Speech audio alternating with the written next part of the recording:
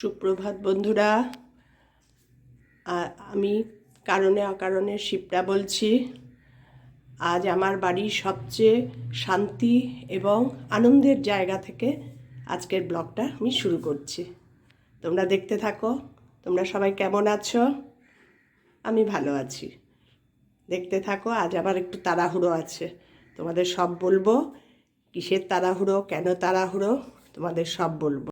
এই আমার পুজোটা শেষ করলাম, এবার গিয়ে রান্নাঘরে রান্নাটা শুরু করি, তোমাদের সঙ্গেও শেয়ার করি। আজকে আমি তোমাদের কাছে একটা নতুন, একদম নতুন কিছু না, একদম পুরনো একটা রান্না, কিন্তু আমার খুব প্রিয়। আমার প্রিয় বলতে শীতকাল মানেই হচ্ছে মেথি শাক, পালং শাক, এই দুটো প্রচণ্ড ভালো। আর আমি এই দুটোই খেতে খুব ভালোবাসি। তার কেন বলো তো, পালং শাকটা তাও একটু খেতে হয় সবজি টবজি দিয়ে, একটু মূলো টুলো থাকে। মূলো না থাকলে আমার আবার পালং শাক ভালো লাগে না। এখন মূলো আর খাবো না, সেই পুরনো পন্থা অনুযায়ী। পৌষ সংক্রান্তির আগে থেকে এই মূলো বন্ধ, সেই জন্য মূলো দিয়ে খাচ্ছি না বলে একদিন করেছিলাম সবজি টবজি দিয়ে, বড়ি টড়ি দিয়ে, সেরকম টেস্ট লাগেনি। তাই জন্য মেথি শাকটা এখন মাঝে মাঝেই খাই। মেথি শাকটা একদম কমন, কিন্তু আমি যেভাবে খাই সেটা আমি তোমাদের কাছে একটু শেয়ার করছি। আমার খুব ভালো লাগে খেতে। আমার যেটাই ভালো লাগে আমি সেটাই তোমাদের কাছে শেয়ার করি। সর্ষের তেল দিয়ে করবো, আর খুব বেশি তো তেল আমি একটা দিই না, মোটামুটি যেটুকু লাগার মতো, এই আর কি। এই এখন আগে বেগুনটা একটু ভেজে নেব। বেগুনটা ভাজার জন্য বেগুনটা ভেজে আমি করবো কি বলো তো, ম্যাক্সিমাম করে আলু দিয়ে, আলু ছোটো ছোটো ডুম করে কেটে কেটে আলু বেগুন দুটোই দিয়ে করা যায়। কিন্তু আমি যেহেতু সুগারের পেশেন্ট, আমি আমার কর্তা দুজনই, তার জন্য আমরা আলুটা কম খাই। কম কি একদমই খাই না, যার জন্য আমি করবো শুধু বেগুন দিয়ে। বেগুনটা ছোটো ছোটো করে কেটে নিয়েছি, রেডি করে নিয়েছি, যাতে তোমাদের রান্নাটা পুরো ভালোভাবে দেখাতে পারি। সব রেডি করা থাকলে কি বলো তো, রান্না করতে বেশিক্ষণ সময় লাগে না, আর ভালোও লাগে। আর আমি না একবারে দুটো কাজ রান্না করবো, রেডি করবো, পারি না আমি। এই বেগুনটা ছোটো ছোটো করে কেটে নিয়েছি, এবার বেগুনটা একটু ভেজে নেব। কারণ বেগুনটা একদম নরম তো, শাকের সঙ্গে দিলে ওই জলেই সিদ্ধ হয়ে একবারে ঘ্যাট হয়ে যায়। তাই জন্য বেগুনটা একটু ভেজে নেবো। নুন আর হলুদ দিয়েছি তেলে, দিয়ে বেগুনটা একটু ভেজে নেবো। বেগুনটা একটু ভাজা ভাজা হবে যেই, তারপরে নামিয়ে নেব। নামিয়ে তার মধ্যে এবার ফোড়ন দিয়ে শাক দিয়ে হয়ে গেল আমার শাক রান্না। আর কতক্ষণ লাগে, কিন্তু ওই শাকটা খেতে এত ভালো লাগে না। আর মনে হয় যেন যেটুকু ভাত খাই, আজকাল তো ভাত একদমই অল্প খাই, অর্ধেক ভাতই খাওয়া হয়ে যায়। ঢেকে দেবো, সফট হয়ে যাবে বেগুনটা। বেগুনটা ভাজা ভাজা হয়েও গেছে, এবার বেগুনটা তুলে রেখে দেবো। বেগুনটা এখন তুলে রেখে দেবো।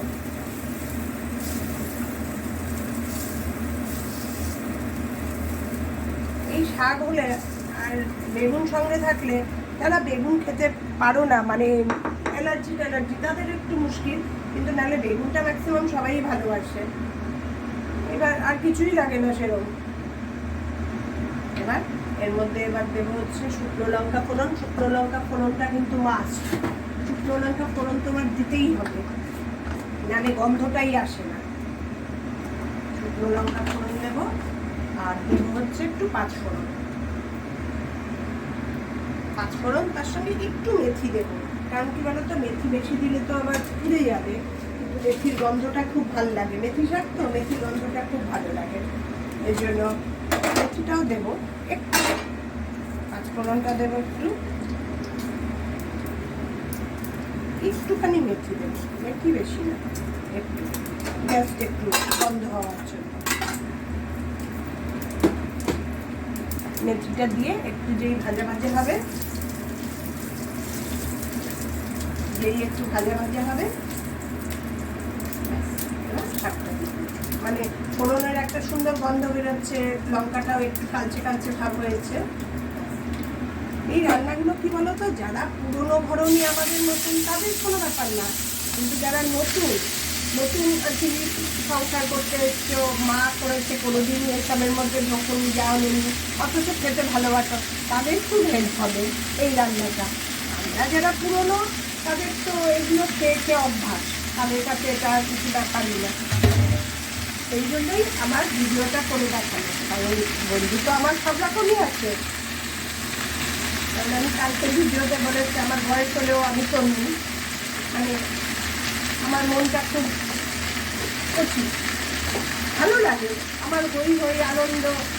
মেয়েরা যখনই কোথাও বেড়াতে মানে বেরোয়, মাম যাবে, ওর বাবা তো তোমাদের বেরোয় না, তোমাদের বেরোবে না, মাম যাবে, আমি হ্যাঁ, এক পায়ে খারাপ, যে শরীর খারাপ লাগলেও আমি বলি না, আমি ভাবি বেরোলেই ঠিক হয়ে যাবে, শরীরটা ভালো লাগছে না, ও ঠিক আছে বেরোই বেরোলেই ঠিক। আমার সত্যি তাই হয় গো, সত্যি তাই হয়, শরীরটা কি খারাপ লাগছে, ভালো লাগছে না, কিরকম একটু লাগছে, বেরোলাম, ও মা দিদি, যখন বাড়িতে ফিরলাম দিদি ঠিক, কোনো শরীর খারাপের কোনো ইয়ে নেই।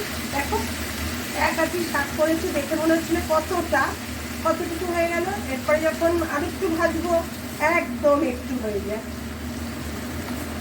মানে আমাদের দুজনের আন্দাজ একদম ঠিক, আমরা এত ভালোবাসি দুজন। আর এই শাকটা খাওয়ায় আমাদের কোনো বাধা নেই আর কি, নিশ্চিন্তে খাও, তার মধ্যে আলুও নেই। কি ঝামেলা গো আজকাল সুগার হলে, আর কিছু না।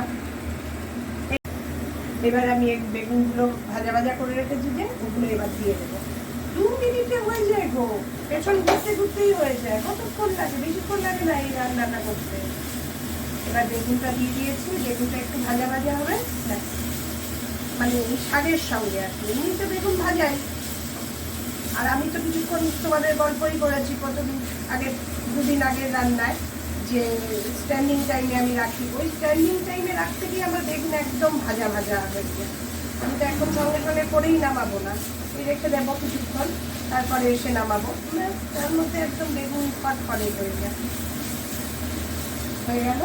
এবার এর ওপরে একটু একটা জিনিস দেবো টেস্ট বাড়ানোর জন্য, এই দেখো, এটা হচ্ছে আমচুর, ড্রাই ম্যাঙ্গো পাউডার, আমচুর। এই আমচুর পাউডারটা একটু দেবো, দিয়ে নামিয়ে রাখবো, মানে ঢেকে রেখে দেবো, ব্যাস এতেই হয়ে যাবে। একটু টক লাগে, খুব ভালো লাগে খেতে। কি করবো গো, আইনা মিষ্টি, কি করে যে একটু স্বাদ বাড়াবো কোনটায় কিছুতে, কিন্তু আমচুর পাউডারটা দিয়ে দেখো, দারুণ লাগে খেতে মেথি শাকে। আর মেথি শাকের যা সুন্দর গন্ধ বেরিয়েছে না, বাড়ি একদম মোমো করছে, আশেপাশের থেকে গন্ধ পাওয়া যায়, এত সুন্দর গন্ধটা হয় মেথি শাকে।